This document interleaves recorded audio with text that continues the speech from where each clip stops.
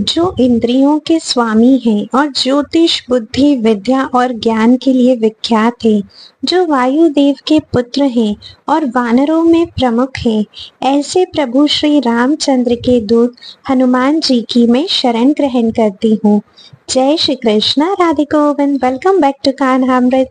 बल, भक्ति और कीर्ति के स्वामी यानी हनुमान जी। क्या आपने कभी सोचा है कि आखिर हनुमान जी को यह सभी शक्तियां प्राप्त कैसे हुई? क्यों उनकी ख्याति पूरे विश्व में प्रसिद्ध है और हनुमान जी के जीवन से हमें क्या शिक्षाएं मिलती है? तो चलिए हनुमान जयंती के इस पावन पर्व पर आज हम इससे जुड़ी एक रोचक कथा सुनते हैं।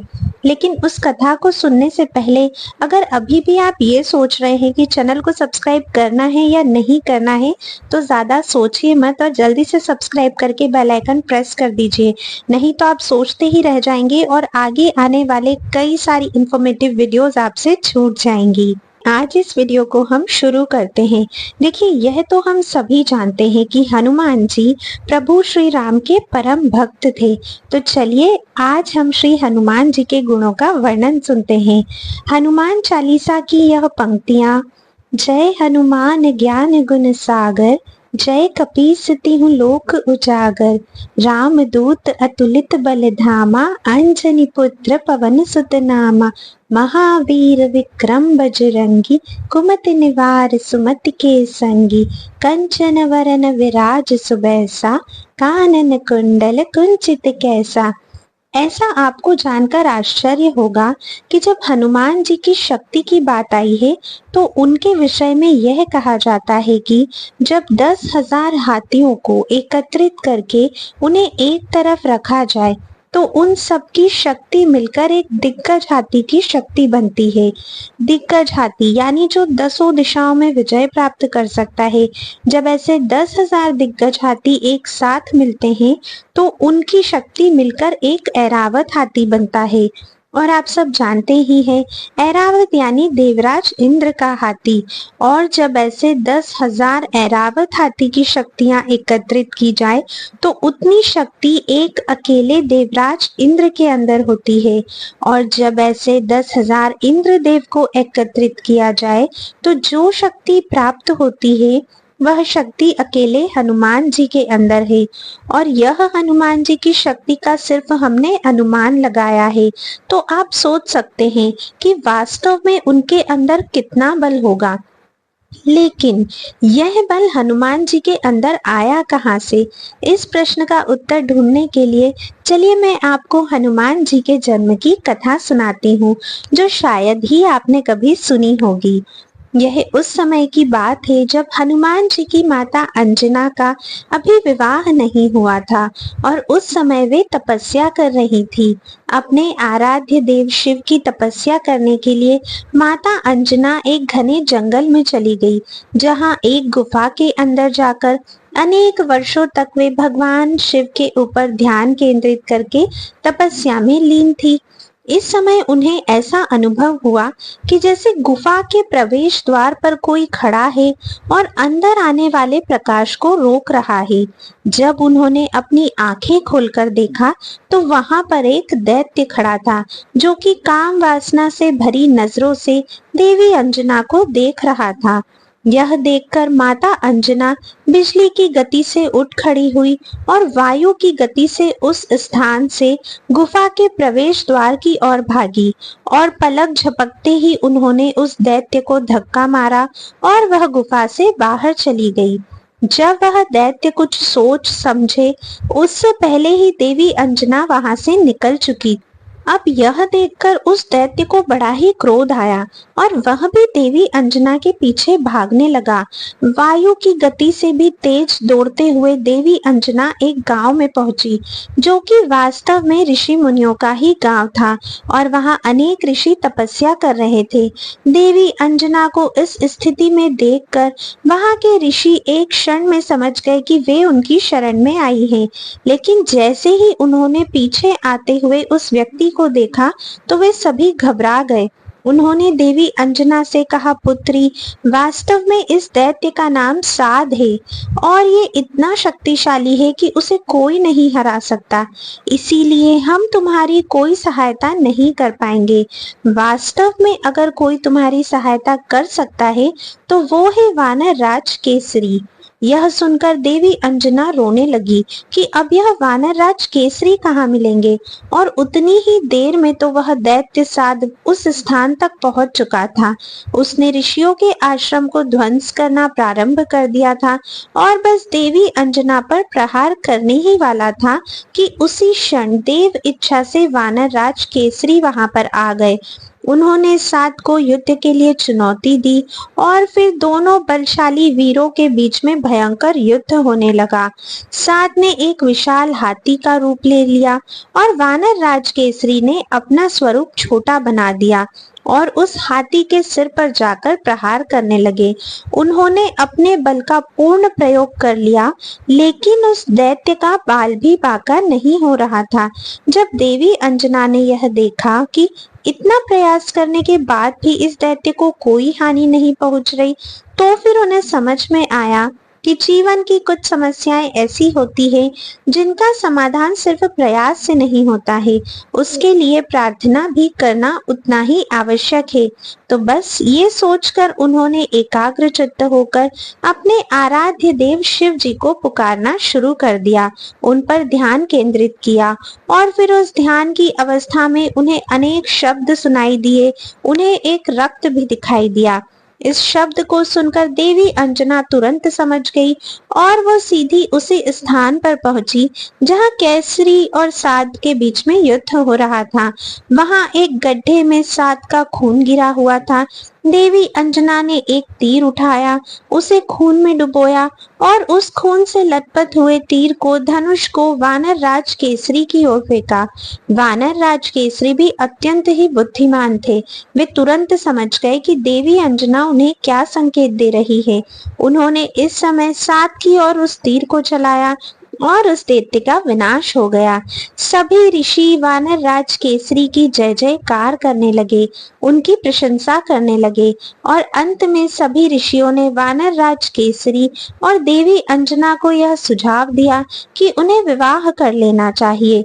इस समय तक वानर राज केसरी और देवी अंजना भी एक दूसरे के प्रति आकृष्ट हो चुके थे।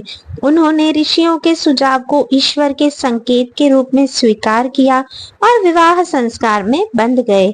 विवाह के अवसर पर ऋषियों ने उन्हें आशीर्वाद दिया कि वे एक ऐसे पुत्र को जन्म देंगे जो संपूर्ण विश्व में सबसे महान होगा, जिसकी कीर्ति की पताका पूरे विश्व में फैलेगी और जो अत्यंत बलशाली होगा।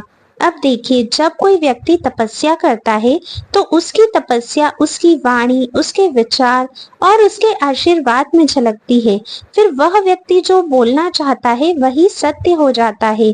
और क्योंकि यह ऋषि साधारण नहीं थे, तपस्वी थे, इसीलिए उनके वचन भी सिर्फ शब्द नहीं थे, अपितु वास्तविकता में परिवर्तित हुए।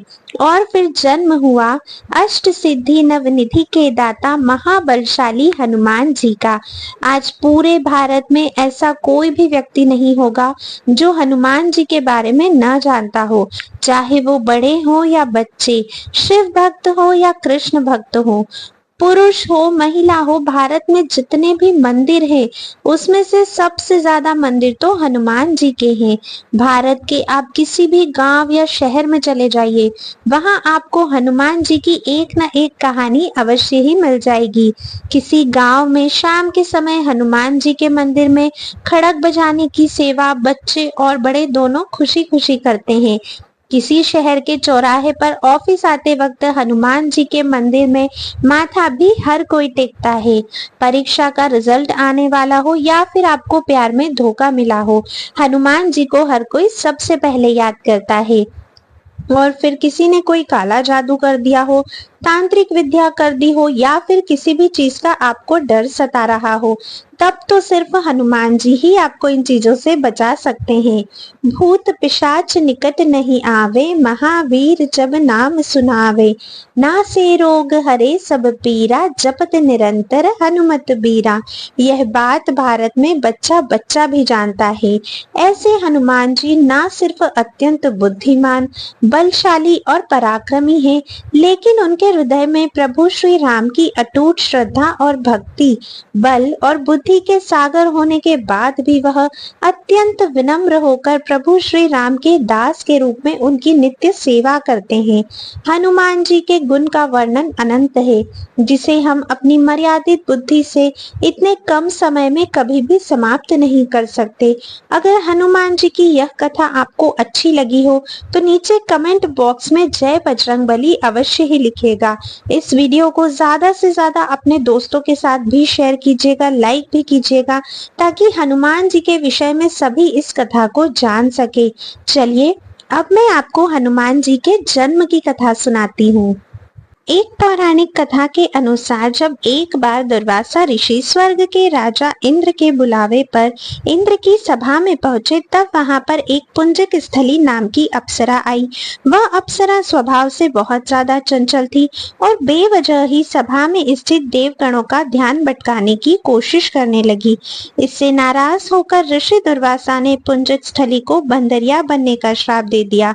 जब रोते बिलखते हुए पुंजक स्थली ने क्षमा याचना की तो ऋषि दुर्वासा ने उसे अगले जन्म में बंदरों के राजा केसरी की पत्री होने का और रुद्रावतार बजरंगबली की मां होने का सौभाग्य प्राप्त होने की बात कही। वाल्मीकि रामायण के अनुसार महाराजा केसरी बृहस्पति के पुत्र थे और उनका विवाह देवी अंजना से हुआ था, जो पिछले जन्म में वही पुंजक स्थली अप्सरा थी और उनके गर्भ से ही हनुमान जी का जन्म हुआ था। जब राजा केसरी और रानी अंजना का विवाह हुआ तो कई वर्षों तक उन्हें किसी भी संतान की प्राप्ति नहीं हुई। तब उन्होंने भगवान शिव की कई वर्षों तक कठिन तपस्या करी और शिवजी के वरदान से ही राजा केसरी और माता अंजना को पुत्र रत्न की प्राप्ति हुई, क्योंकि जो तपस्या उनने की थी उसमें उन्होंने शिवजी से यही वरदान मांगा था कि उन्हें एक वीर और तेजस्वी पुत्र का वरदान चाहिए। दरअसल एक बार राजा केसरी और माता अंजना कठिन तपस्या में लीन थे। जब दोनों की तपस्या से भगवान शिव शंकर प्रसन्न हुए तो उन्होंने माता अंजना और केसरी से वर मांगने को कहा, जिस पर माता अंजना ने कहा कि हे भोलेनाथ, हमें एक ऐसे पुत्र का वरदान दीजिए जो बल में रुद्र, गति में वायु और बुद्धि में गणपति के समान तेजस्वी हो।